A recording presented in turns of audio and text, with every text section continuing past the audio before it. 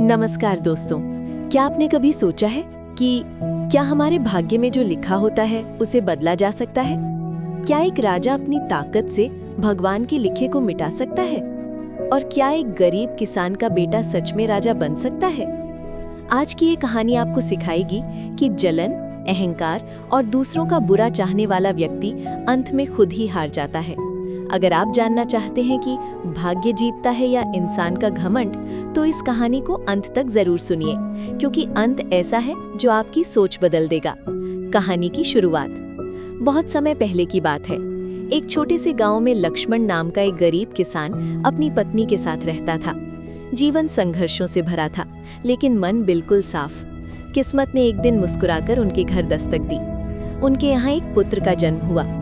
घर में रोशनी, चेहरे पर सुकून और दिल में नई उम्मीद आ गई। गांव के लोग बधाई देने आने लगे। संत की भविष्यवाणी। इसी बीच एक दिन एक सिद्ध संत गांव में आए। लक्ष्मण ने आदरपूर्वक उन्हें भोजन कराया और बच्चे का आशीर्वाद मांगा। संत ने बच्चे की हथेली देखी और एक क्षण के लिए चुप हो गए। फिर बोले, ये बालक साधारण नहीं है, इसके जीवन में राजयोग लिखा है। ये अपने कर्म और भाग्य दोनों से राजा बनेगा। लक्ष्मण हैरान रह गया। राजा का अहंकार। ये बात जल्द ही नगर के राजा राजेश तक पहुंची। राजा को ये सुनते ही गुस्सा आ गया। एक किसान का बेटा और राजा? मैं भगवान से भी बड़ा हूँ, मैं इसे होने नहीं दूंगा। राजा ने ठान लिया, भाग्य को हराना है। बच्चे को हटाने की साजिश। राजा वेश बदलकर लक्ष्मण के घर पहुंचा। खुद को व्यापारी बताकर बच्चे को धन के बदले मांग लिया।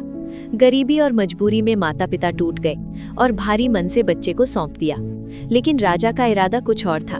वो बच्चे को नदी में फेंकने वाला था, पर अंततः एक संदूक में रखकर बहा दिया।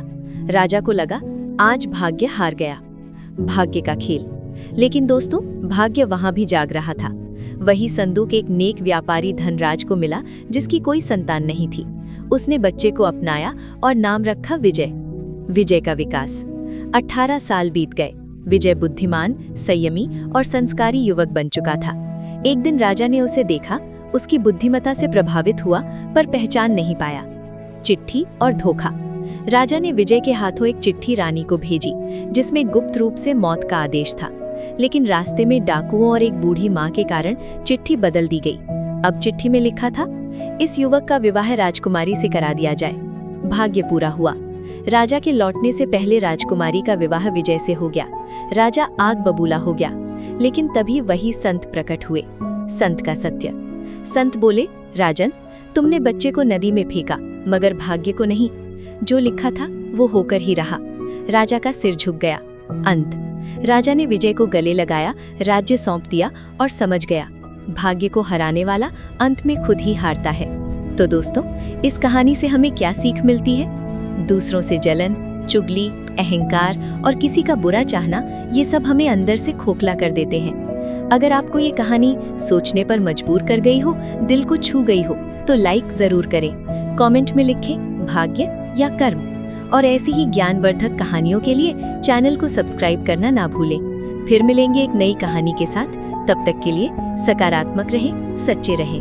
नमस्कार।